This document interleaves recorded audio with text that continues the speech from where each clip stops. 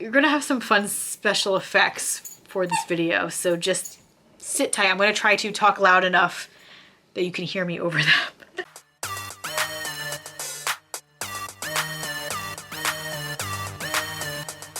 What's up friends, it's Sarah, welcome back. So I am doing this video very late in the game, very impromptu. I did not prep beforehand, which, I mean, if you watch my other videos, you kind of probably not something I do anyway, but this one's gonna be even worse because I forgot about it and then ran out of time, and so this is what you're getting. So today I'm going to be doing my Contemporary-a-thon round 5 TBR video for you guys. I did round 4 back at the beginning of the year as my first ever readathon that I participated in, and I succeeded. Finished all the books on my TBR, and I felt so proud of myself that I went on to do a more challenging readathon, which was the Owls Magical Readathon, and failed miserably because it was right at the start of my summer-long reading slump, which I thought I got out of recently, but then the last three books that I picked, I couldn't get into. And I don't know if it was the book that I picked that just wasn't good and wasn't clicking with me, or if I'm on the cusp of another reading slump, which I really hope is not the case, because I am so behind on my Goodreads reading challenge that like I need to step up my game like for the end of the year, like quickly. So yes, the Contemporary-a-thon round 5 starts tomorrow, September 23rd, and runs through September 29th. So there are 7 prompts. I did not pick 7 books. I picked 3 books that total fit into all 7 of the categories, so yay me. And we'll just go into the prompts. I will leave just links and stuff in the description below for Chelsea's announcement video and all that fun stuff, because like I said, I did this impromptu and forget everyone's involvement and names. So sorry guys. Prompt number 1 is a 2019 release, and I have 2 books that fit this category, and the first one is The Honeymooners by Christina Lauren, which I am super excited to finally get to read. I read my first Christina Lauren book in August, which I think is on my wrap-up video. Did I post that? Yeah, I did. And that was Josh and Hill's Guide to Not Dating, and I really enjoyed it, and I hear this one is just even better.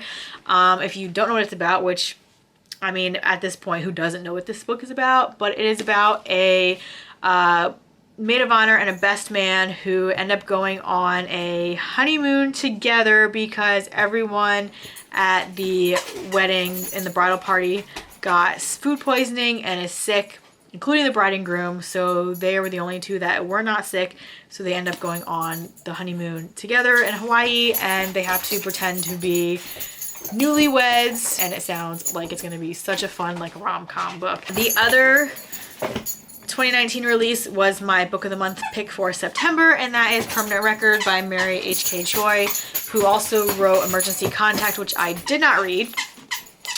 Permanent Record is her new book, and this one is about a little fuzzy. Like I said, I didn't look this up ahead of time, but I know it's about a college graduate who is working in like a Brooklyn deli of some sort, and a like famous pop star. They meet by happenstance one day, and it's like their kind of romance. They try to make things work, even though she's a famous celebrity. He's like a pretty much a nobody living in New York City. The second prompt is a book with a yellow cover, which is The Honeymooners, fits into this category. Book number 3 is a diverse book, and we're gonna go right back to Permanent Record. I believe the male protagonist in this is Korean and some kind of Middle Eastern mix. I think I want to say Pakistani, I believe. But yeah, so this is my diverse book. Prompt number 4 is a book with an illustrated cover, and again, both of these books fit into the illustrated cover category.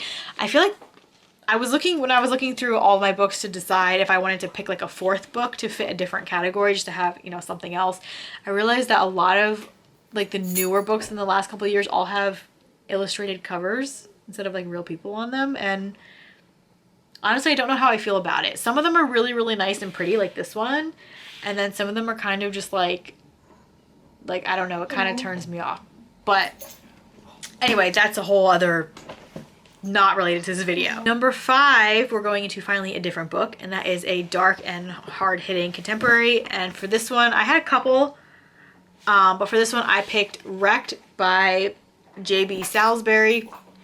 So this one has to do with I don't know what branch of the military he was from. I want to say Army.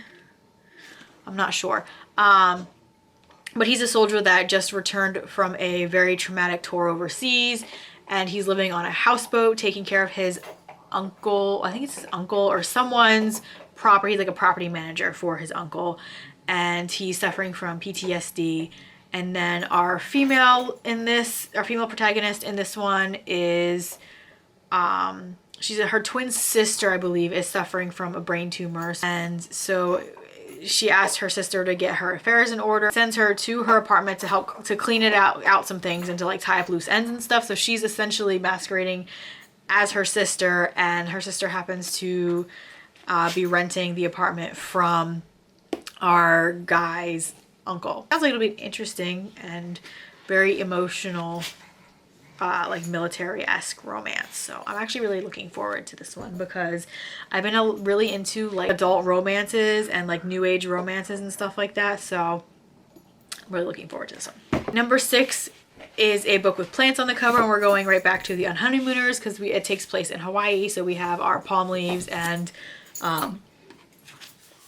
I can't remember what these flowers are called. Our final prompt, number 7, is a book that is beloved by a member of the booktube community, and I feel like the Unhoneymooners fits this category as well. I saw on a lot of people's channels since it came out over the last year.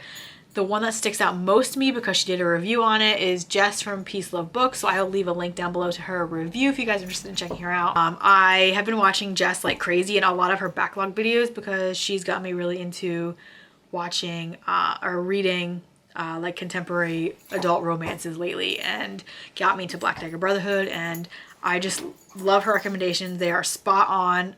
Anything that she likes I have loved so far, so we have very similar taste in books. All right, so those are all 7 prompts, and those are the 3 books that I'm reading to fit into all of them. Let me know down in the comments if you're participating in a Contemporary-a-thon and what you're reading, or if you're reading any of the books that I have chosen. Let me know. I'd love to hear, and I think I'm gonna try to do a vlog for this. I'm not very good at vlogging because I feel like I'm super boring or I forget to vlog. So like I don't make an effort to do it. But I'm going to try. I'm going to do like a weekly vlog, a vlog for the week. If nothing else, I might do at least like a wrap up video. We'll see. I don't know. We'll see how things go. I do have some extra like downtime this week coming up, so I'm going to try. That's it for this video. I'll see you guys next time. Have a good day. Bye.